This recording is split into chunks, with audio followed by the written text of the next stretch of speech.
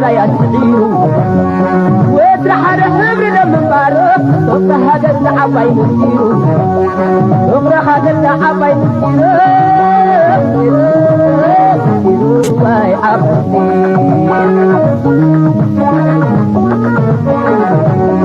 تبدر بدك ودي تفر تدمر ممكن واسمه تدبر واسمه تقدم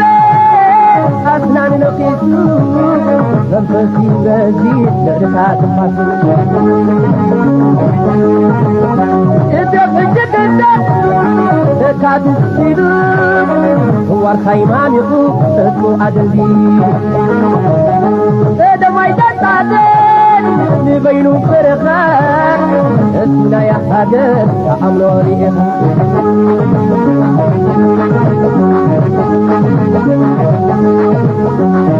لمبونا له سنايكو مالي سامعات جدري لمبونا له وارتاي ميقو تكاتب ميقو لمبونا له أبن من المريك حمر دوباتو لمبونا له Erosion of trust with federal government amid Sudan's army said on Tuesday that 1,001% terms. There are no Eritrean armies of to unmet COHO obligations.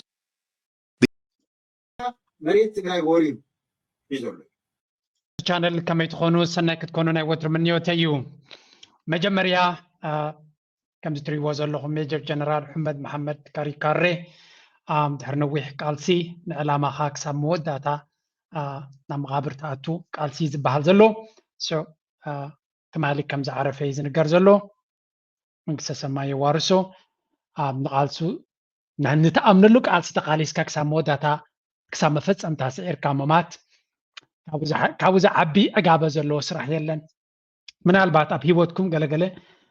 تأمنوا الإعلامان ترغيبكم كينكم نت إعلام خاخ سرح كلها نسبح نقول زمت أكا مدالية يكون عند سرحكا كسرح خلها أقابة سلزبا كايو إعلام زلو وسرح بزي قد سابنتاي إعلام زلو من قد تغيين تلغا إت من قد نبعلو أقابة هالو سلزي إرترا أبيت جوغانو كاسبغ استغسر الله سنهي لبزعبوكم اللسي ناتو مدبالاتني كرياينا سنهي لنا كميز بلا تاريخنيا أبا تاريخ زلو وجقنا خمسخونا كرينا نسدرا بيتو مقصة سماي يهب ويكا نسدرا بيتو صنعات يهب نعود ما مقصة سماي نهاجر يرترا دما نبحك يرترا وان صنعات يهب كيز بحالا وانا يتحار عبي جقنا كثيرا زلا تمليسنا خنريو خلنا بزوح زيناتات هالو زيناتات زدما بعبيو أب أديس أباك كان أزغني وعلى بريتوريا بخمي تزازيمو مززامت رايدي كونس هوحات دغنا عاو جميرو مالو كم تتسبيتهم كم زي كون لو من اجندان مفتار زحسبو انصارهم سلازخدلو من تاي انصارهم كيدو ابن ناتو الوخات انتا غيرهم حبرت افريقيا انتا غيرو تم كالوت جي 7 وكلت دما انتا غيرهم بعلم بافهم كزارب غلون كنسمع مينا اب سودان زغبر زلو كنتات كنرينا سلازي تزوبانا اب كمي كنتات الله ايرترا خبز كنتات كمي لاوتيا اتنا شعبيا كايدا خمي كم زنبري هذا قداس ግን ابز حلف عامتا زرانا يوم تاريخنا ايرترا نتو تخولو كتقدع فتن نتو زي تقولو دما اناشو اقنا صبو سريوزي نوي حريناينا لومي تاي مخانو بقربا كنريو كفتنينا لايك جبرو سبورت جبرو كسام موداتا تسونيكم دما بزح ነገር كنمهار نخلينا مجمريا بزا مجلسنا هو واحد كنجمرينا let's go erosion of trust with federal government amid inadequate implementation of Pretoria deal. In a statement released following the convening of the first strategic review meeting on the implementation of the cessation of hostilities agreement, COHA, the Tigray People's Liberation Front, TPLF, expressed concerns over the erosion. So, هو حتى أبتي ويكا هو حتى زي ما قلت تجراي ممكن تبلغ خليها مهنياتو زي ما قلت تجراي بكتا جورا داز مرح كم بدما ناي هو حتى وكيل نتي أبومبر نايت بارت قينو دكتور دبرتين تصاتفهم نيرب سلازم بزهلو أخيام سديدم نيرب أتي أمونجو أمزلو أمونجو هو حتى أمونجو زي ما قلت تجراي زلو كنتا دما ولا بتزخدوه زلو بوليتيكا كايداون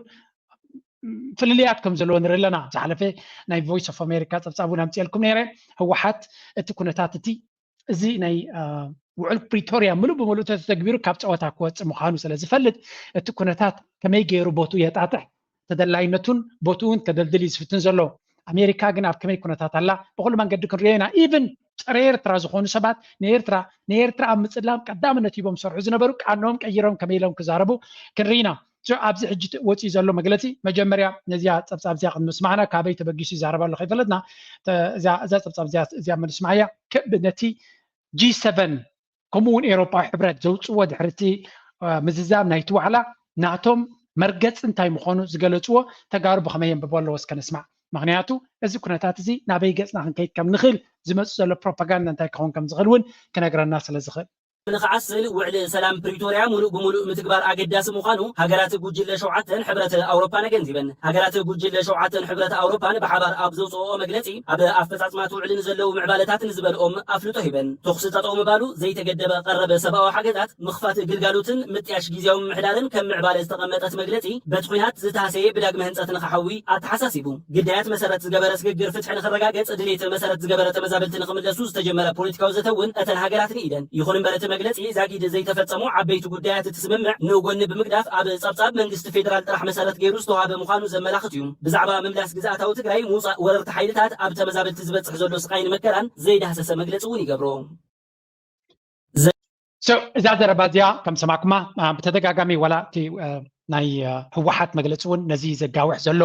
እንታይ እዮም ዝብሉ ዘለው ሓደ ኤርትራ ኣብቲ ዘረባ መግለፂ ናይቶም G7 ከም ትሪእዎ ዘለኹም G7 ዝበሃላ ካናዳ ጣልያን ጃፓን ኣምባይ ብሪጣንያ ፈረንሳ ጀርመኒ ኣሜሪካ እየን እዚአን ከምኡ ድማ ሕብረት ኤውሮፓ ሻምናይ ከም ሻምናይ ዝኣቱ ምሶም እዚኣቶም ብምልኦም ተመሳሳሊ መርገፂ ኣብኡ ድማ ዝኾነ ይኹን ኤርትራ ካብ መሬት ናይ ትግራይ ወይ ካብ ሉላዊ ካብ መሬት ኢትዮጵያ ክትወፅእ ኣለዋ ዝብል ዝኾነ መግለፂ ወይ ንኤርትራ ዝጠቅስ ነገር የለን እዚ ከዓ ኣብታ ቀዲሞም እውን መግለፂ ሂቦምሉ ዝነበሩ እቲ ውዕል ፕሪቶር እቲ ውዕል ኣልጀርስ ክትግበር ኣለዎ ንሱ እቲ ዘላቂ መፍትሒ ከምፅእ ዝኽእል ኢሎም ነይሮም እዮም ኤውሮፓዊ ሕብረት ኣብ እንግሊዝ ኣሜሪካ ካናዳ ኩላቶም ኢሎም ነይሮም እዮም ስለዚ ንዓደ ማሕጂ ሃይላይት ገይሮማ ፅቡቅ ገይሮም ደጊሞማ ብካልእ ዘረባ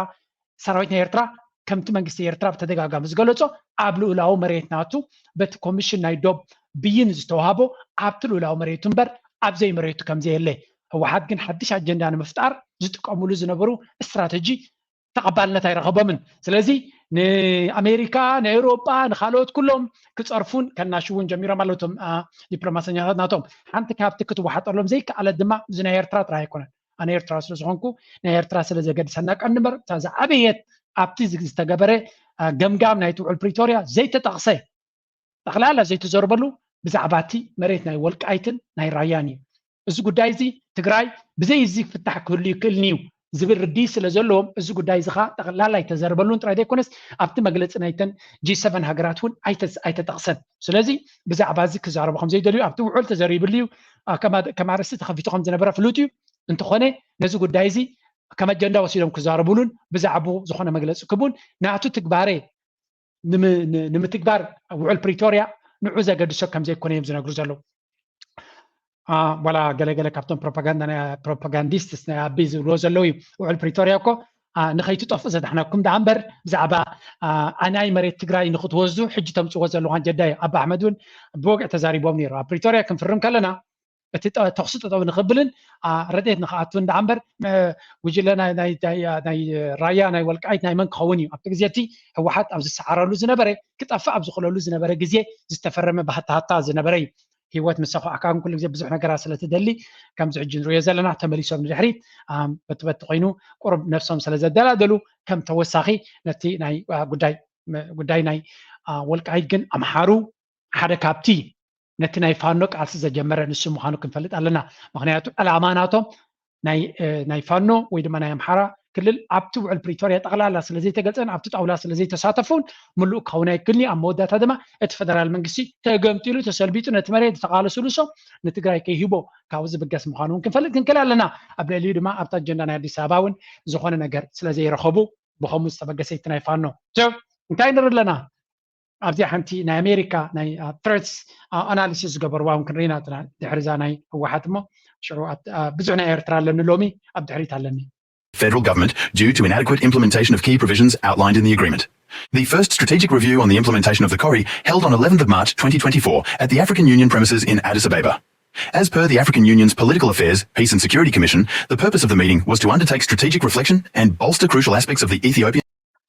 እቲ ዋዕላ ወላ እኳ ብዕውት ዝተዛዘመ ኮይኑ እንተተገለፀ ማለት ክልቲኦም ኩሎም ወገናት ተሰማሚዖም እዮም أفتنا تجري وجنجن كل تحيل تعتلو تناي هو حد حيلي بزح عقابات كم زي بلون إتمنجستنا يجتاش ورا داجن كابون أبو مستناي عبي مستناي فدرال منجسي عرر من قد خيل كم زي مرة زلون صريح لهم تجارون رياكت خبروا له خلوا كن ريامينا قد من أبو مخاديجن أبزياني راح هذا نتاقوداي قرب عمقابيلو زجالة صعب في الله نسمع يمو. So far, I have seen 3 statements so far. One from the African Union, second one from G8 countries and US issued last night, and last statement issued by TPLF last night. The 3 statements are different. TPLF, when it issued a statement last night, mentioned its grievances, its concerns. It said that 40% of Tigray territory is under the occupation of Eritrean and Amhara forces. So, انتهي زبل زلوا بزي حدا كابتم بزح أنصار سرايتنا إرترا أنصار بنجس إرترا بزح جزء تزاربيو أب لا ما خاطر سنة كاجن إيفن أنصار كا زارب سنة برون نتكون تقبل وقت جمرو خلو إذا أتوم يجي على كابتم قبل وزلوا يوم خالون كسر مخانو فلوتيو سو أما وده تنتهي زبل زلوا تجارو كم ستطلمون حما كم تسمع من بتزلوا كنتات أبزي الله خمان هنتي بحفشة تجارو سمعتنا تجارو كان بكلنا أمريكنا نيوز حيلتات كم زلوا حدا سراويتنا يرترا له يبللو كم خبلت أني هم يبلالو كم بدنا نايفان حيل ما مريتي يابزبلو بوت هذا مالو so إذا كم زي لخلو تجراي ويكاتنا تجراي delegation إذا نجرات زي ما على بكرة كبن discussion كجبرولون بحقنا يروو أي تجبرن مالتشو. TPLF said at the end of talks, after talks ended last night, what did African Union say? What did representatives from EU, US say? They did not say a word about any presence of Eritrean military, alleged presence of Eritrean military in Tigray. Complete silence. And by the way, in the past, EU, US in the statements asked Eritrea to withdraw its military from Tigray territories. But now both EU, US are silent. They're not saying a word. Why? So, عبد الحلفة بحتر زبالنتاي زبلزلو تبغى زغنة جمجام يجيرو نسادما بزعبة إيرترا قالك بحال أبتي كزازم كلوسي سرايتنا إيرترا خوت قالوا ويقله عبد الحلفة نيروبا وكلتي حد إنجليز قالوا خمس خلوا كل جزء أزربيجان دربية بالوانيرم سرايتنا إيرترا كاب إثيوبيا خوت كاب قال كبابيتات نيتجراي كوت قال ما لازم بهالزربانيرو أبز وقعوي أخي باجن زخونة تزاك على زيا أي تترتب أي تزربتن خلا زراربا نيرترا زخونة يخون كتقصواي كالو زخات زبغيو إذا تبغون أجري because at the end of the day إيرترا أبتي equation كم زي لا ويون نيرترا أنتاغونستيك كتسألون ككافون كم زي مرتو زلوين عن رزالنا نيرترا يلون بوق عقبلون تزغلوا تزبالة زي نيرو تحكسوا سلزخونة أنتخونة نيرترا مخصص قريفهم نتنا يتقرأ ريتاتات كم زلوا زخونة يخون قبل ملس كبولو أي كالون نابلي زارب Ethiopia Boundary Commission, which gave a verdict in 2002 about and EEBC, Ethiopia Boundary Commission, which gave a verdict in 2002 about Ethiopia border. Tigray wants a new agreement. It wants establishment of a new commission. It wants new start talks. EU, US are not agreeing with this new position by Tigray. That is why they have not said a single word about Eritrean military. Not a single word about presence of Amhara forces allegedly in Tigray territory. They are silent. They only said that in the statements, African Union, EU, US said that they met. They So انتايوتي كابز كله زكاية زغني كنت متونخيل كابنا يتقرأ بكل من قد كن رياي زلي مغنياتو نستفل عليه حيلتات استفل عليه ريتون سمعت دمقامن سلوزلو نايتقارو نا إيرترا international attention نخرج بيزي حقزو سرايتنا إيرترا قال لك بهالكله عالم الخاوي كالا هجر أو وش تقرأت يا لك بهالكله international attention كم سرخ بيزي قبره إتزا أبي يسأقول ممناتهم جن أمحرا قال كابتي كفالنا يتقرأ يزبلوا زنبرو أبتع تجزاء كل التقرأ زنبرنا عمتات نسيت على اللي وصل زولا كبا 4% مريتهم ونسلا زخونة مخها تزسبح مريت تزسبق مريت نحرشها زخون سلا زخونة إذا مريت زكمل الله سلام يدليله إذا مريت زي دما كوميشن نايدوب يخون تي وعلى بريتوريا يخون كانوا حيلتات زعبوك زاربي دليله مغنياته بتحيز وزلا حيلي تقالي سوزة حزي بعين حقي كما قلت تقينهم دما حقاو ناتي تاريخوي سند علني تاريخوي شط لني زبل حيليوتي نعم حرزبي سو أبكم زكونتات توم كانوا تجارات تاعون كوكبلوا زخلوا انتهم كوكبلوا زخلوا ريفرندم ንሪፈረንደም ከንታይ ይብሉ ለው ሪፈረንደም ክግበር ተኮይኑ ከንታይ ይብሉ ለው እስከ ስምዑ due mainly to unmet COHO obligations. These include the unresolved status of western and parts of southern Tigray that are still occupied by Amhara regional forces affiliated with the government, the withdrawal of Eritrean forces from northeastern parts of Tigray, and the delay in IDP returns. While the cessation of hostilities agreement in November 2022 between the Ethiopian government and the Tigrayans ended a 2-year war, unresolved territorial issues could lead to a resumption of conflict. So, እቲ ፀገም ኣበይ ዘሎ ወላ እቲ ውዕል ፕሪቶሪያ ሙሉእ ብሙሉእ እንተተተግበረ እውን መሰረታዊ መፍትሒ ክኸውን ስለ ዘይክእል እቲ ዝዓበየ ስጋት እቲ ዝዓበየ ስጋት ድማ እቲ ኣብ ምዕራብ ትግራይ ዘሎ ፍልልይ ወይ ከዓ ናይ ረብሓ ፍልልይ ናተይ ዘብሎም ዘሎ ባይ ዘ ወይ ኣብዚ ለንቀነ ኣምሓሩ ወይ ከዓ ኢትዮጵያውያን ዘውፅዋ ቪድዮ ነይራ ሓደ ካብቶም ኤሊት ናይ ኣምሓራ ብዛዕባ እዚ ቦታ እዚ ክዛረብ ከሎ ቅድሚ ሕጂ ኣብ ቅድሚ ነዊሕ ዓመታት ዝተዛረቦ ገለ ሓቂ ዘጉልሕ እስከ ስምዕዋ እዚኣ ተያይዞ ማለት ነው ወደ ስልጣን ሳይመጡ መውጫ ለሱዳን እንዲገኝ ተብሎ በትግሉ መሳሪያ ምናምንም እህልም ለማስገባት ተብሎ በዛ የተከለለ ነገር ነው። ይሄ ያለ ህዝብ ተሳትፎ የተደረገ መካለል ነው። ደግሞ ለተወሰኑ ጥቅሞች ተብሎ የተደረገ መካለል ነው። ስለዚህ ፍትሃዊ አይደለም። ህዝቡን አላሳተፈም። ለህዝቡ የሚጠቅም አስተዳደር ከመቅረጽና እድገቱን ከማሰብ የመጡ አይደሉም። ለስልጣን ተብሎ የሚደረገው ትግልና ያስተዳደር ኣብዛ ዘረባ እንታይ ዝብል እቲ ብወልቃይት መሬት ዘሎ ናብ ትግራይ ክኣቱ ከሎ ንህዝቢ ዘሳተፈ ይነበረን ንምምሕዳር ተባሂሉ እዩ ዝብሎ ዘሎ ኣቶ ኣረጋዊ ዝበሃል ትግራዋይ እዩ ካብቶም ኤሊት ናይ ትግራይ እዩ እዛ ቪድዮ እዚኣ ሓደ ካብቲ ኣምሓሩ ዝብልዎ ዘረባ ተራጉድያ እዮም ዝብልዋ ዘለዉ ምክንያቱ ሕጂ ድማ ኣብይ ኣሕመድ እንታይ ዝብል ዘሎ ኣብዛ ጉዳይ እዚኣ ብሪፈረንደም ክኸውን ክኽእል ኣለዎ ይብለው እቲ ሪፈረንደም ስለምንታይ ይፅላ ዘሎ እስከ ንስማዕ The annual threat assessment report said.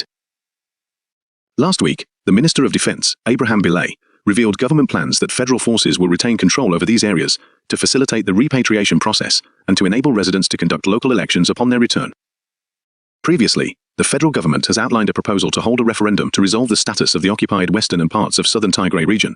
but Tigray's interim administration highlighted the importance of adhering to the constitutional process as delineated in the Pretoria COHA. Furthermore, Tigray and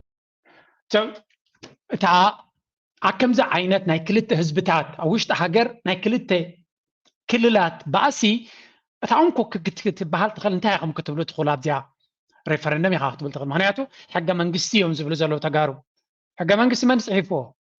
ምናልባት ግዜ እንተረኺበ ናይ ፕሬዚደንት ኢሳያስ ክንረግርና እቲ ሕገ መንግስቲ ተጋሩ ንረብሖም ኢሎም እዮም ፅሒፎሞ ህዝቢ ኢትዮጵያ ተጋቢዩ ንህዝቢ ኢትዮጵያ ብዘርብሕ መንገዲ ኣይተፃሓፈ ስለዚ ብሕገ መንግስቲ ኢና ክንዳና ክትብል ከለካ ባዕልካ ነቲ ሕጊ ፅሒፍካ ካልእ ሰብ ክቕበሎ ይክእልኒ እቶም ኣምሓራ ከደኣ ስለዚ እቲ ሓቀኛ ፍርዲ ብኸመይ ክኸውን ዝግባእ ታሪኻዊ እዩ ልክዕ ከመይ ኤርትራን ኢትዮጵያን ክልቲአን ሃገራት ምስ ተሰሓሓባ ኣብ ናፃ ዝኾነ ቤት ፍርዲ ኣብ ሄግ ከይደን ማለት እዩ ኣብቲ ቤት ፍርዲ ድማ ታሪኻዊ ሰነዳተን ኣቕሪበን ኤርትራ ድማ ታሪኻዊ ሰነድ ምስ ጥልያን ዝተፈራረመቶ ኢትዮጵያ ሰነዳት ስለ ዝነበራ ሰነዳታ ምስ ቀረበት እምበሽ ኸማ ነቲ ኢትዮጵያ ንክሕጉሱ ኢሎ እምበር ኤርትራ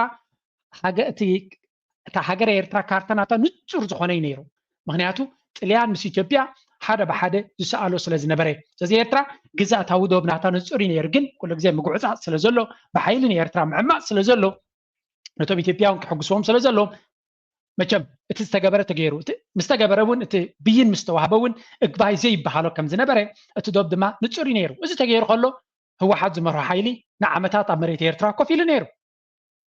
ንዓመታት ን10 ዓመት ካብ 2002 ክሳብ 2018 ዋላ እኳ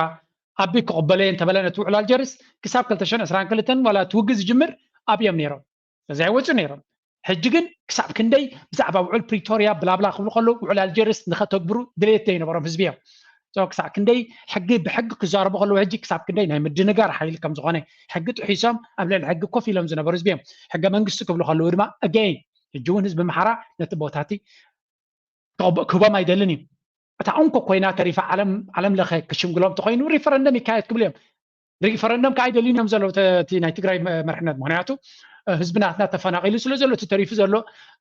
ናይ ኣምሓራ ህዝቢ ስለ ዝኾነን ህዝቢ ኣምሓራ ክመርፅ ክእል እዩ ዝብል ስጋኣት ስለ ዘለዎ ኦል ኢን ኦል እንታይ ኢና ንርኢ ዘለና ብታሪኻዊ እንድሕር ኮይኑ ወይ እውን ብሪፈረንደም ተኮይኑ ኣክልትዩ የተኣማምኖም የለን ኣሜሪካ ድማ ኣብዚ እዋን እዚ ንህወሓት ንእሽተይ ሓይሊ ሒዛ ነታ ኢትዮጵያ ነቲ ዞባ ብምሉኡን ክትከስር ኣይትደልን እያ ዘላ ንባዕላ ኣብ ዓብይ ጂኦፖለቲካዊ ፀገም ስለ ዘላ ኣሜሪካ ረብሓ ከተሳልጥ ኮይና ምስ ዝሓየለ ምስ ዝፀንሐ ዘሎ ከዋፅኣ ንዝኽእል ሽግር ዘይፈጥረላ ሓይሊ እያ ክትገብር ትኽእል ንህወሓት ነዊሕ እዋን ደጊፋቶን ተሰኪማቶ ከይዳን እያ ኣብዚ እዋን እዚ ግን ካብቲ ሞት እውን ኣድሒናቶ እያ ኣብዚ እዋን እዚ ግን ኣይ ቲንክ ወይ ግዜ ክሽምቱ ክፍትኑ እዮም ከም ዝናበሉ ኣብዚ ጥዕሞም ግዜ ከምፅዎም ክፍትኑ እዮም ናተይ ግምጋም እዩ እቲ ካልእ ግን ብቐረባ ሕጂ ምስ ህወሓት ኮይኖም ንኻልኦት ከጓንዩ ከም ዘይደልዩ ዘርኢ እዩ እዚ ናይ ውዕል ፕሪቶርያ ክዛዘም ከሎ ሓንቲ ነገር እዚኣ ጥራይና ካባ ክንምሃር ንኽእል እስኪ ኣብዚኣ ባዕሎም ክዛረቡ ከሎ ተጋሩ ብክልተ መንገዲ ንርኣያ ድሕሪኡ ክንሰግር ኢና 100% terms in 1001% terms. There are no Eritrean armies operating in Tigray right now. I'm wondering though how you can assure in 100%. بريتوريا ብዙሓት ቦታታት ትግራይ ንሓይሊ ሻዕብያ ኣትዎ ነይሩ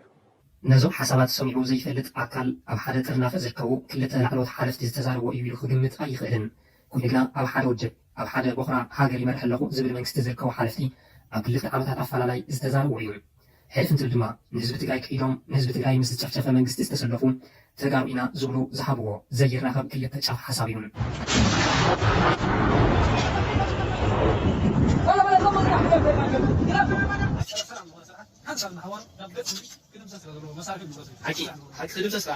ሰራዊት ሻዕብያ ናብ ግዝኣት ትግራይ ዝኣተወ መንግስቲ ኢትዮጵያ 24 ጥቅምቲ 2013 ዓ.ም ኣብ ልዕሊ ትግራይ ወራር ጆኖሳይድ ምስ ኣወጀ ድሕሪ 4 መዓልቲ ነይሩ ሻዕብያ ንትግራይ ዝወረረ ምስ መንግስቲ ኢትዮጵያ ዕርቂ ካብ ዝፈጥረሉ 2010 ዓ.ም ጀሚሩ ንክልተ ዓመታት እኹል ውድላው ክገብር ፀኒሑ ብትሉ መንበር ብሃንደበት ዝኣተወ ይነበረን መንግስቲ ኢትዮጵያ ግና ነዚ ሓቂ ክሕሉ ፈቲኑ ራቁታቸው የሄዱ ሰዎች ኤርትራ ደርሰው መጥተዋል እዚህ ኤርትራ ወጋሚዎች እንግዲህ ራቁታን ማጋመችም I can assure you in 100% terms in 1001% terms. There are no Eritrean armies operating in Tigray right now. ዛዲግ አብርሃም ሰራዊት ኤርትራ ናብ ትግራይ ከም ዘይኣተወ ሓድሽን ሓዲዘ ከረጋግፀልኪ ይኽእል እየ ብምባል ኣብ ሚድያ ቀሪቡ ነቲ ኣብ ባይታ ዘሎ ሓቂ ሽምቲ ጠቢሉ ካተኹርዕ ወዲ ሻዋብ ሳምር ዛንቲት ካስረኽብዋ ጆንቱራ ኻስ ሕጂ ይፍለጥዋ ጆንቱራ ኻስ ሕጂ ይፍለጥዋ ኣይተናሕስየሎም ይስበብዋ ናይተናሕስየሎም ይስበብዋ ኣይተናሕስየሎም ወይ ይስበብዋ ማይዶ ፀባብሎም ፍለጦም ፍኽር ኣንበር ቁም ነገር ዘይብሎም ፍኽር ኣንበር ቁም ነገር ዘይብሎም ሲዩ ክሳብ ዝብሉ ተንጎይተቶም ሲዩ ክሳብ ዝብሉ ተንጎይተቶም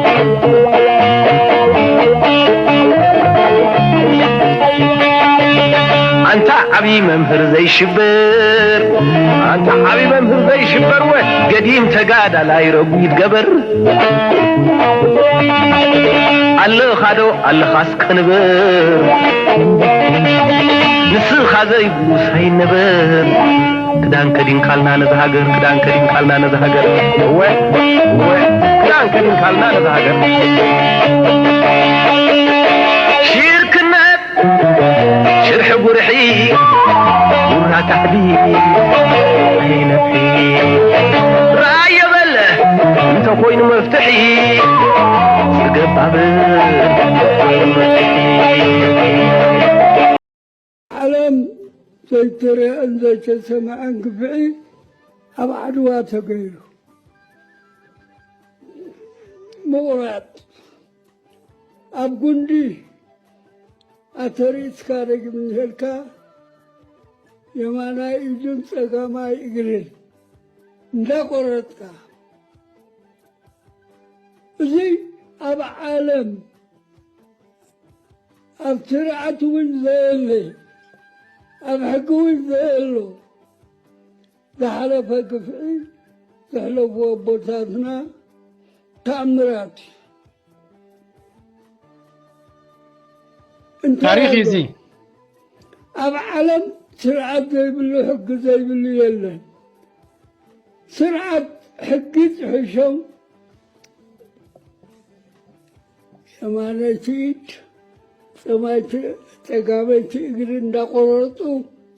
እሞኾን ዝጉንድ ንፍልጦ ንበትኮን ኣእዋማት እምበር ከም ናይ ሰብ ዘይኮነ ከም ሽዑ ዝነበሩ የለውን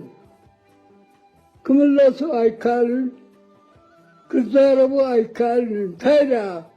እዚ ከምዚ ንስኻ ሕጂ እትፅዕሮ ዘለኻ እቲ ዛንታ ክድንት ኣለዎ ተገብረ ዝኾነ ኩሉ መንእሰይ ክፈልጥ ኣለዎ በቦታትና ግዜ ከምዚ ተገይሩ ኢሉ ኸዘንቲ ኣማን እምበር ካልእ ዕላማ ክግበር ኣይከኣልን እዩ ኣቦይ ኣብርሃ ወልዱ ዕድመ 101 ዝዕድሚዮም ታሪክ ናይ ኤርትራ ኣብ ግዜ ጥልያን ዘጋጠመ እዮም ዝዝንቱ ዘለዉ ኤርትራን ጥልያን ምስ ኢትዮጵያ ኣብ ዝተጋጠመሉ ንኢትዮጵያ ንክወርር ኢሉ ንዓድዋ ምስ ከደ ኤርትራ ድማ ብሓይሊ ተገዚኣ ስለ ዝነበረት ሰራዊት ዓስከር ናይ ኤርትራውያን ብግዱድ ዕስክርና ምስ ጥልያን ተሰሊፎም ኣብቲ ውግእ ዝኣተው ንጥልያናውያንን ንኤርትራውያንን ምስ ማረኽዎም ኣብቲ ውግእ ነቶም ጥልያናውያን ብናፃ ሰዲዶሞም ፀዓዱ ስለ ዝኾኑ ክፈትዎም ክድንግፅሎም ወይ ሜቢ ኣይደኖ ነቶም ኤርትራውያን ግን ነቶም ተገዲዶም ኣብ ዓዶም ትግፍዑ ዘለዉ ጭቆና ዘለዎም ንዓታቶም እንታይ ገይሮሞም ሓደ ኢዶምን ሓደ እግሮምን ቆሪፆም ሰዲዶሞም ብግፍዒ ኣብ ገረብ ኣፀጊዖም ማለት እዩ ኖርማሊ ሓውኻ ያነ ዝብለካ ህዝቢ ነቶም ኤርትራውያን ይፅቡቅ ክሕዞም ነይርዎም ሕውነ እንተዝነብሮም ነይሩ ምክንያቱ ነታ ዓዲ መን እዩ ዝገዛ ዘሎ ጥልያን ንኤርትራ ምኻንዱ ሲናቶ ኤርትራ ንኢሳቶ ንኢትዮጵያ ክወርር እዩ ዝመፅእ ዘሎ ስለዚ ቀንዲ ፀላኢኻ መን እዩ ጥልያን ክኸውን ነይርዎ እዚኣቶም ግን መን ይፀላዮም ቀንዲ ኤርትራውያን እዮም ስለዚ እዚ እንታይ ዘርእየካ ታሪካዊ ሰረት እዚ ኩሉ ኣሕዋትና ነርና ገለገለ ክብሉ ከለዉ ብዙሕ ነቲ ሕውነት ዝገልፅ ተግባር ከም ዘይብሎም እንትርፈት መልሓስ ክሳብ ዝጥዕሞም ትማል እውን ቁስልኹም ኣይትሕከኩ እናበለ ዝመፅእ መለስ ዜናዊ እንታይ ከም ዝገበረ ንሪኦ ኣለና ሕጂ እውን ተደጋጋሚ መላዝዮም ትግራይ ትዕወት ዝብሉ ዝነበሩ ምስኣቶም ኮይኖም ነዊሕ ደሪፎምሎምን እታ ውግእ ዝተወደት ግን ኪድና ዓድኹም ጥፍኡ ብምባል ክምልስሎም ክንርኢና ምክንያቱ ኣብ ታሪክ ናይ ኤርትራ ዝተመለሰ መደብ ስለ ዘለኒ ናብኡ ካኣትየ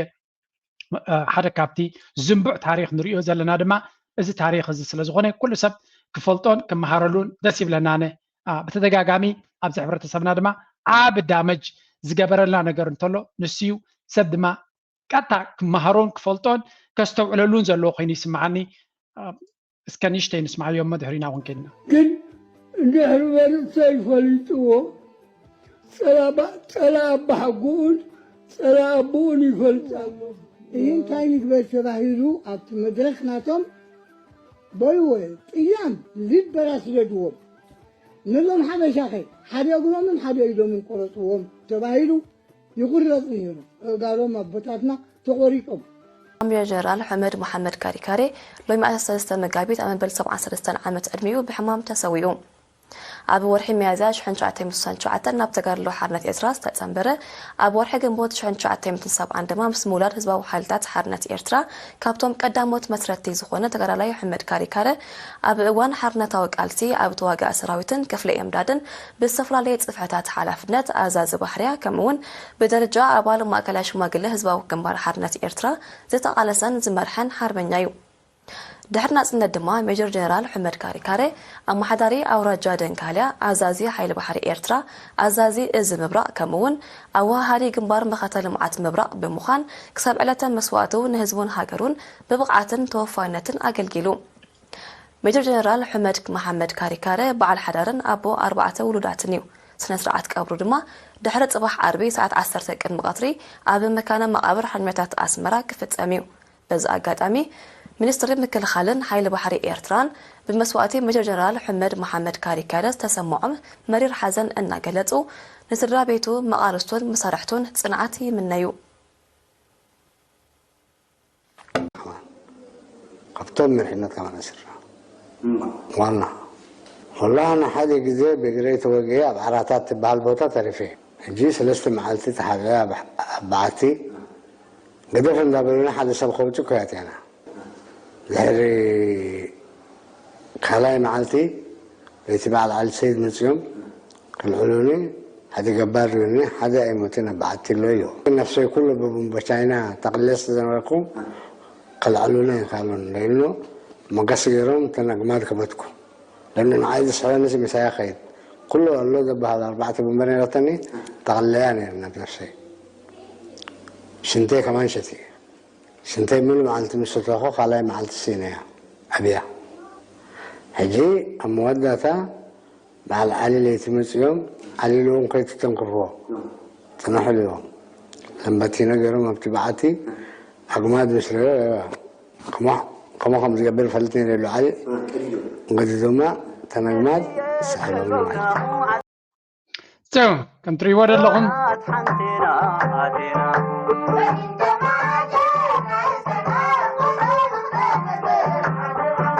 قدم تماجر استعمار كله لختم كل عتبع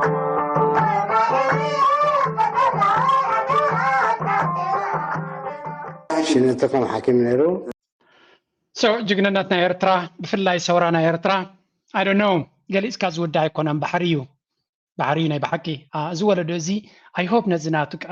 تمكرو نبتي زمت ولدو كسجاجير وكهون فلاي وارساي نايمتخخا منفس بأجوس لزجمرو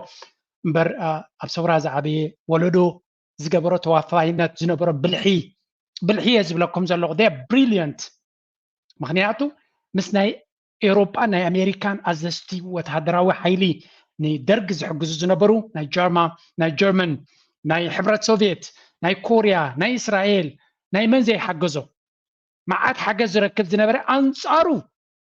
هنديسهم كل وتهدراو من قدي أكايداناتهم يوم this generation is مجلس زي بلو generation نيرو كابت بحرنات النتك ببل حرسي قديفو من هدمه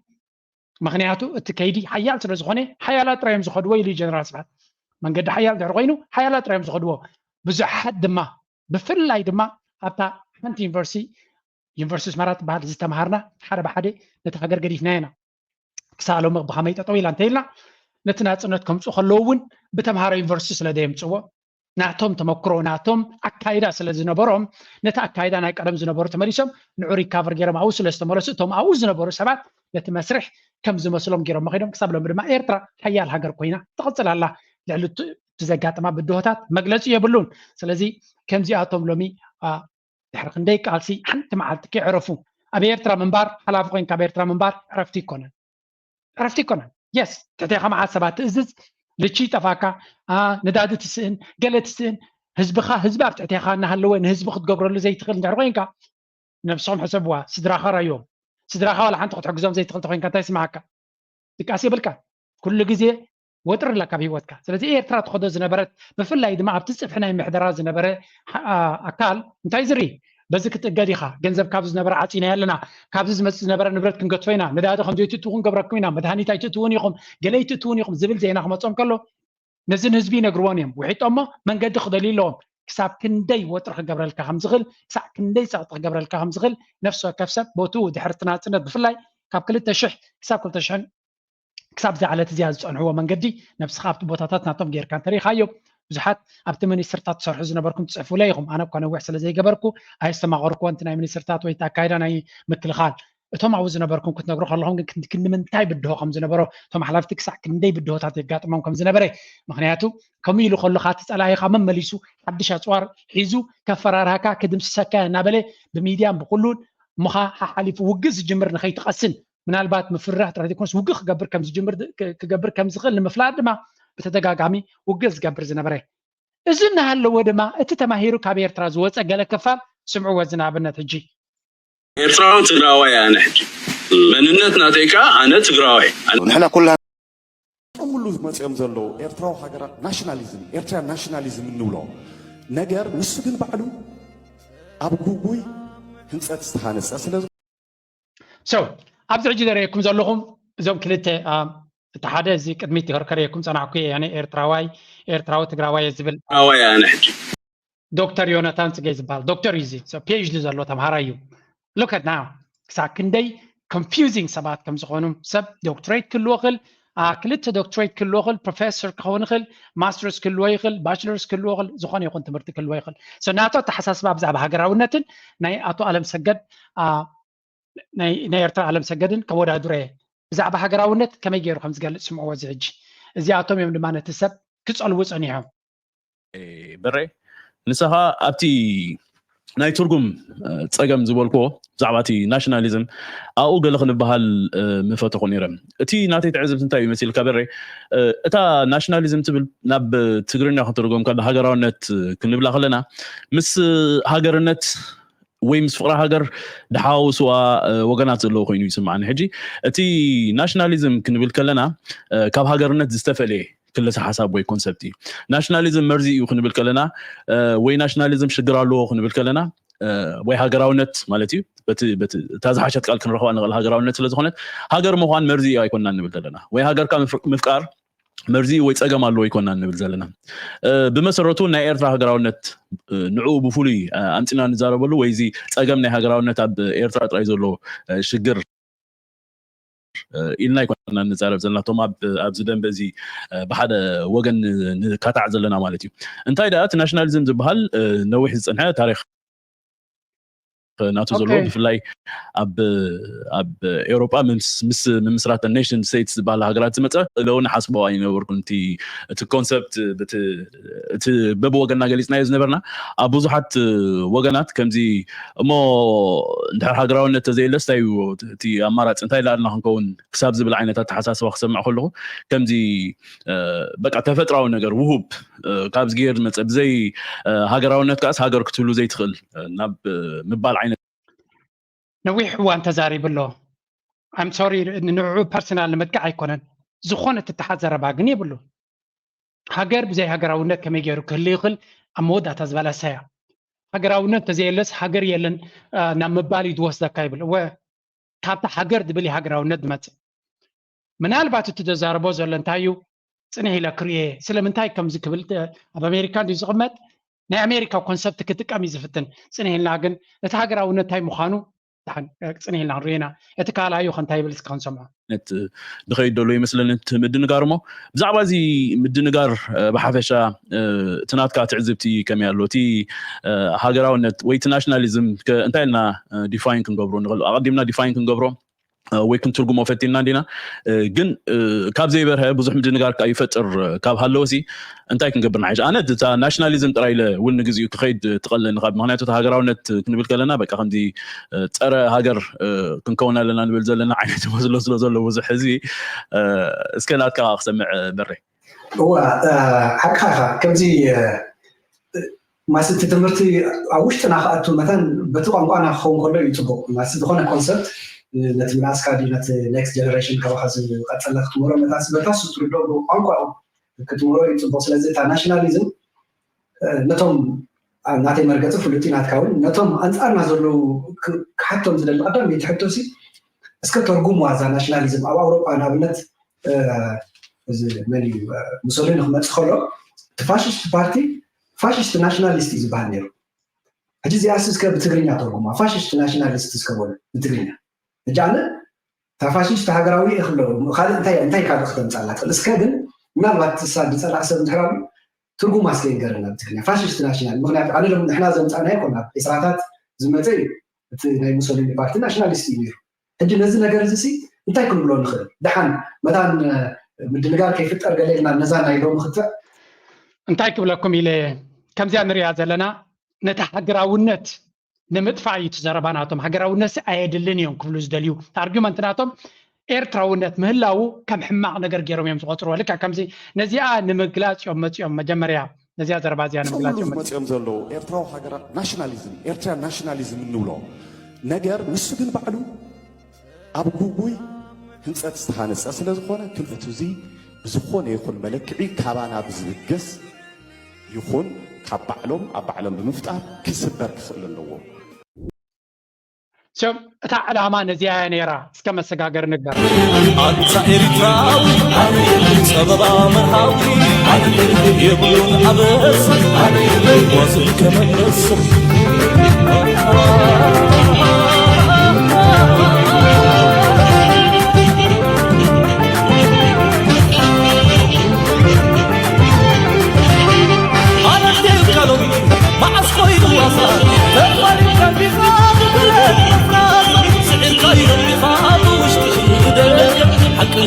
عبي أنا بتحقق أنت حدا الغربي كلنا تعبي يقولوا الأبس وزنك ممسح أنت إرتراوي سبب مرحاوي يقولوا الأبس وزنك ممسح ጌጋ ይኽላለ ኢዛ ስእሊ ካብ ኤርትራ ዝመፀት እያ መስለኒ ምጩ ኤርትራ ክትከዱ ከለኹም እቶም ኤርትራ ክሳብ ንኸይቶም ኤርትራ ትኸዱ ከምዚ ቪድዮ ከይገበርኩም ከይተሓልፉ እቶም ከምዚ ቪድዮ ትረኽቡ ድማ ብዋትሳፕ ከም ትሰዱለይ ቀፃሊ ስለዱለይ ታንክ ዩ ቨሪ ማች ንመለስ ብዛዕባ ሃገራውነት ኤርትራውነት ሃገራውነት ንምግላፅ ብዙሕ ተሸጊሮም ፀኒሖም ኤርትራውነት ምባል ድማ ከም ዓብይ ገበን ወይ ከዓ ከም ሓደ ዓብይ ሕማም ገይሮም እዮም ክዛረብሉ ፈቲኖም ወላቶም ደኳትር ከዓ ነቲ ፖለቲከኛ ናይ ትግራይ ዝበሎ ንዑ ከጉልሑ ምክንያቱ እቲ ፖለቲካል አይዲዮሎጂ ናቱ ኣብዚ ቀደም ገሊፅልና ነይሩ እዩ ኤርትራዊ ትግራዋያን ሕጂ እዚ እቲ አይደንቲቲ ናቱ ነዚ ንምግላፅ እዩ ዝኩሉ ፋሽዝም ዶ ገለ ዶ ዝብሎ ቨሪ ሲምፕል ኤርትራ 9 ብሄራት ኣለዋ ኦኬ ናብ ዓለም ሰገድ ከይከና ከለና 9 ብሄራት ኣለዋ 3 ሚሊዮን ወይ 5 ሚሊዮን ህዝቢ ኣለዋ ኦኬ 5 ሚሊዮን ህዝቢ ዘለዋ ሃገራውነት ኣብ ኤርትራ ልዕሊ ማንም እዩ ዘገድስ ተርዲኹም ኣለኹም ልዕሊ ማንም እዩ ዘገድሰና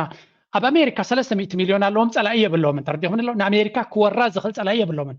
ስለዚ እቲ ናሽናሊዝም ዝበሃል ትርጉም እናጠፈ ከይዱ ኤሮፓ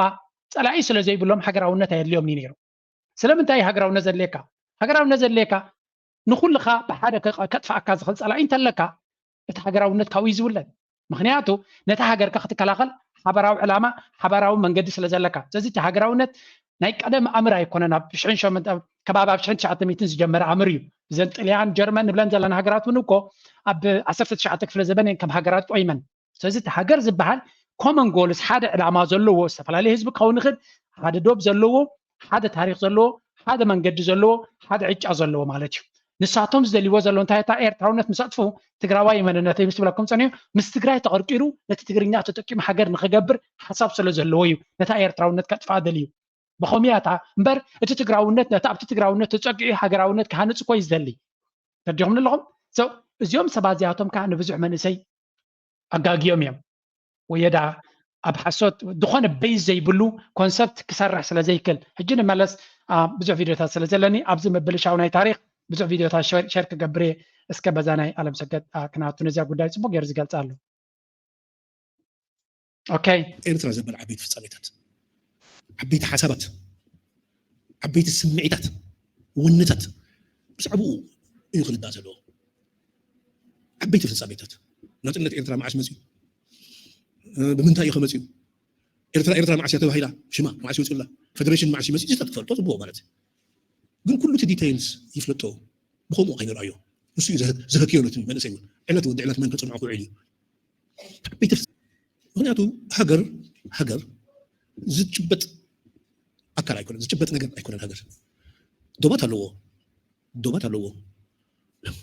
أبعت اللو هبت اللو عرش اللو فلقت اللو جم بحرق اللو كم زنهنا ما نسوي كنا جم هجر زبلو هذا هجر حلاقة تات اللو من قست اللو بندير اللو سراويت اللو ما نسوي كنا جم هجر زبلو شو ده حرز متس نجاراتي هجر مسقومة ده هجر زدلتل نجاراتي مخياتو كاربو تاتون من قست اللو أبكار بوتاتون فلقت الله أبكار بوتاتات أمني وركي لول الله فليس بلا يكون ما نبز عدنا زلوا ويتدوب نفسه كمان فليس بلا دوب يكون أبكار هجراتون دوبات الله وبغرسوا هجر زبلوا بتسبيهم بتهزبيه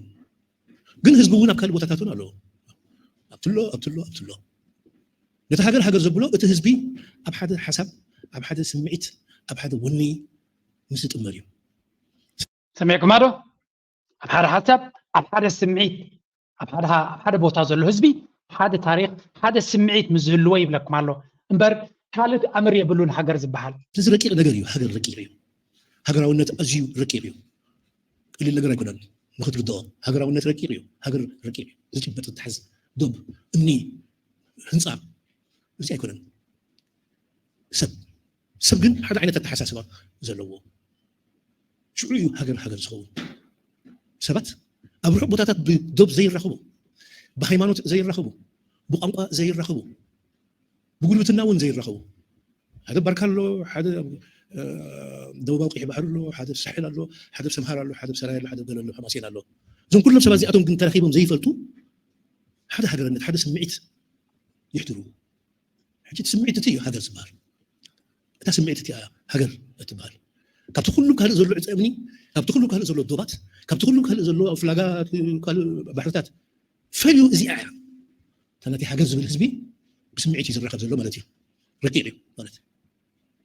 ሰሚዕኩማ ዶ ሃገራውነት ማለት ረቂቕ እዩ ዳትስ ዋይ ኣብ ስነ ጥበብ ኣብ ገለ ብኸምኡ ጥራይ ክግለፅ ዝኽእል ክስማዓካ ዝኽእል እምበር ክጭብጦ ትኽእል ነገር ድማ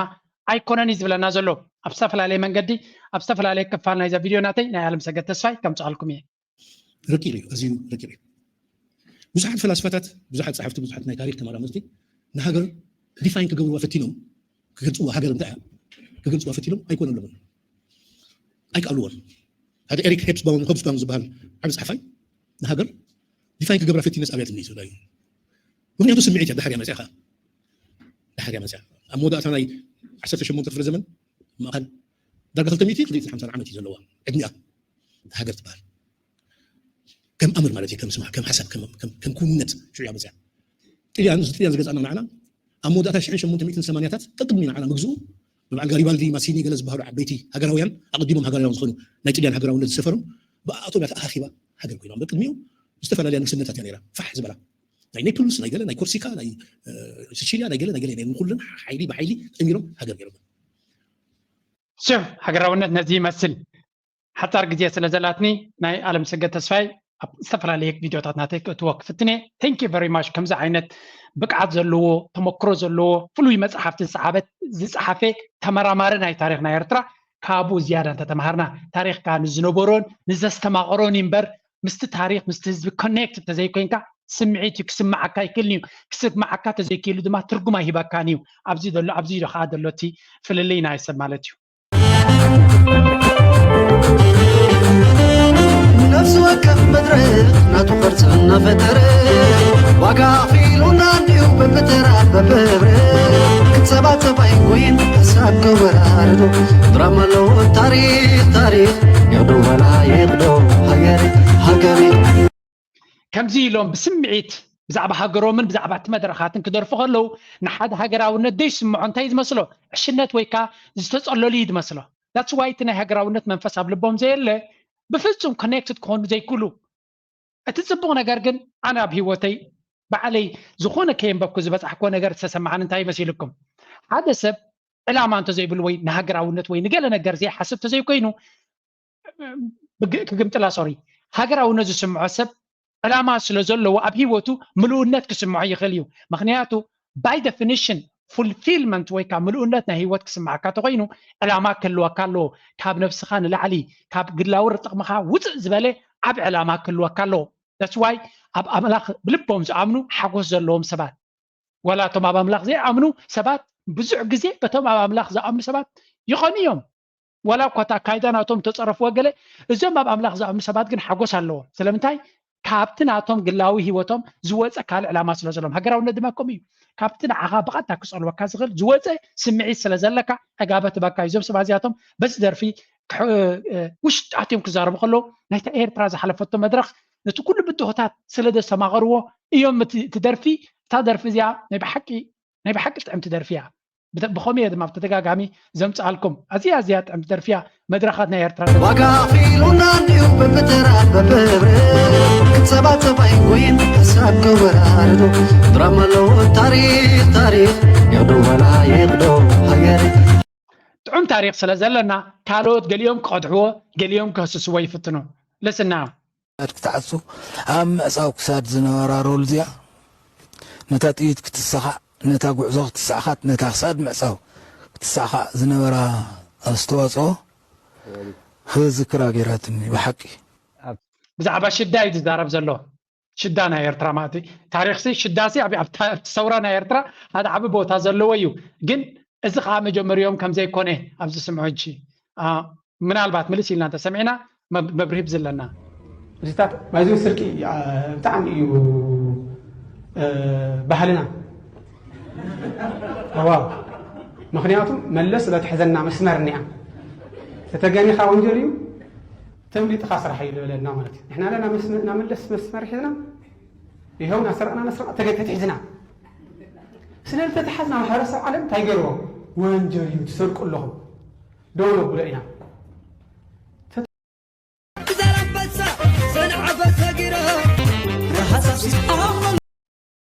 ليه يوم راحتكم حدا نقر دغوري كويت اي رحلنا خوينم بي كاوت موتو سي زولو ما ليه يوم راحتكم سي ما تحبوا لهم كوي سلازي صبو مسنا كنقالو سي لك بأنا ريفورم تيخونس انتو تناري لكم سئلي منالوات بزح ጊዜ ተዘሪቡላ እንዲሁ ወያነ هم سرقوا ድሕሪውን ንሱ ጥራሕ ዘይኮነስ ናይ ወያነ ብዙሕ ኣየገርመንን እዩ ምስራቆም ነቲ ደምናን ዓፅምናን ዝደፈአናሉ ቀይሕ ባሕሪ ኸማን ንሕና ኢና ሓራውፂና ስርሒት ፈንቅል እዮም ዝብሉ ወያነ ደይዛረቦን ጤል ደይትጠጥሞን የለን እሞ ንዕኦም ብዙሕ ግምት ኣይንሃቦም ብዝኾነ ግን እዚ ቦታ እዚ ዛግር እዩ ኣብዚኣ እንዳቦይ ኮሎኔል ተኽለ ትበሃል መረባዕ ኣላ በዚ ወገን ኣፍታ ፊታ ጎልጎል ስለ ዝኾነት ካልኣይ ድማ በራኽያ በሪኽ ስለ ዝኾነ ኣብኣ ኮፍ ኢልና ነርና ምሕድግ ኢልና ጓል ምልኬስ እዚኣ ጓል ምልኬስ እያ ትበሃል ፀጋ እዚ እንታይ ኢና ንርኢ ዘለና መብዛሕትኡ ግዜ ነቲ ታሪክና እቲ ክስረቕ ዝኽእል ክሰርቆ ነቲ ዘይትኽእሎ ድማ ከተናሽቦ ከተቆናፅቦ ኤርትራውነት ንኣብነት ንሕና ኤርትራውያን ብምዃንና ንተጋሩ ብዝኾነ ይኹን ክፀልዎም ኣይክእልን እዩ ኤርትራውነት ሃገራውነት እንተሃኒዝና ንዓታቶም ዝፀልእ ሓይሊ ኤርትራውነት ማለት ንተጋሩ ፅልእዎም ወይ ንኣምሓሩ ፅልእዎም ወይ ንኢትዮጵያ ፅልእዎም ወይ ንሱዳን ፅልእዎም ማለት ኣይኮነን ሃገርካ ፍቶ እቶም ኣብ ኤርትራ ዘለኹ ዝተፈላለዩ ህዝቢ ድማ ሓደ ዓይነት ስምዒት ክህልወኩም ኣሎ ምክንያቱ ሓደ ዕጫ እዩ ዘለኩም ሓደ ዓይነት ዕድል እዩ ዘጋጥመኩም ስለዝኾነ ብሓደ ኮይና ነዚ ሃገር እዚኣ ውሕዳት ህዝቢና ሃገራውነት ድማ ንኤርትራ ከምዚ ላጀሪ ወይ መጋየፂ ይኮነን ግዴታ እዩ ሃገራውነት ዘይብልና ፀላእትና ብዙሓት እዮም ዓበይቲ እዮም ስለዚ ኣብቲ ዋሕድና ጥሙር ዝኾነ ሃገራውነት ክህልወና ኣሎ ጥሙር ዝኾነ ሓድነት ክህልወና ኣሎ ከምቲ ወትሩ ኣብ ዝሓለፈ እውን ገሊፀልኩም ነይረ ሓደ ዓብ ሰብኣይ ንደቁ ከም ዝበሎም 7 ደቂ ነይሮሞ ኩሉ ግዜ ክደግመያ እዚኣ ድጋማ ኢልኩምኒ ገሊኹም ዘይሰማዕኩማ ነይርኩም ነቶም 7 ደቁ ከክልተ በትሪ ሒዝኩም ውፅእ ኢልዎም ነቶም 7 ደቁ ዓብ ሰብኣይ ሽዑ ሓንቲ በትርኩም ስበር ኢልዎም ሰይሮም ሓንቲ በትሪ ክሰብራ ቀላል እያ ነተን ዝተረፋ 7 ብሓደ ኣሲሩ ነቲ በኽሪ ስበራ ኢልዎ ኩላቶም ድማ ፈቲኖም ክሰብርዎ ኣይከኣሉን ዝሰመረተን 7 በትሪ ብሓደ ምስኮና ንክሰብረን ከበትየን ሓድነት ድማ ከምኡ እዩ ዘትርረካ በበይንኻ ፀላኢ ብቐሊሉ ከቃዓካ ክልዳት ስዋይ ትግርኛ በይንኹም ንስኹም ንፍዓት ኢኹም ትግራይ ኢኹም ባ ንፍዓት ነብለን ኢኹም ባ ከምዚ ገለ ናበለ ብብሄር ድዩ ብሃይማኖት ድዩ ብገለ መቃቕለካ ዝኽደሊ ስለምንታይ ንኸጥፋእካ ስለ ዝቐለሉ ብሓደ እንተኮይንካ ግን ኣብ ታሪክ ክስዕረካ ስለዘይከኣለ ነቲ ሓድነትካ ከፈራሪሲ ዝፍትን ፀላኢ ዕድል ድማ ይንሃቦ እናበልኩ ናይ ሎም ኣርስቲ ኣብዚ ክውድእ I really hope ካብዚ ኣብ ቪድዮ ገለ ተማሂርኩም ክትኮኑ ከም ወትሩ ድማ ንኹልና ክጠቅም ዝኽእል ክሕግዝ ዝኽእልን ዝበልክዎ ኣርእስቲ ዝቕርብ ላይክ ምግባር ሰፖርት ምግባር ናባኹም ይገድፎ ከም ወትሩ ናይ ሎም ኣርስቲ ኣብዚ ምዝያ ንጅግና ስውእ ትገልፀልና ደርፊ ክገድፈኩም እየ ኣብ ካልእ ክሳብ ንራኸብ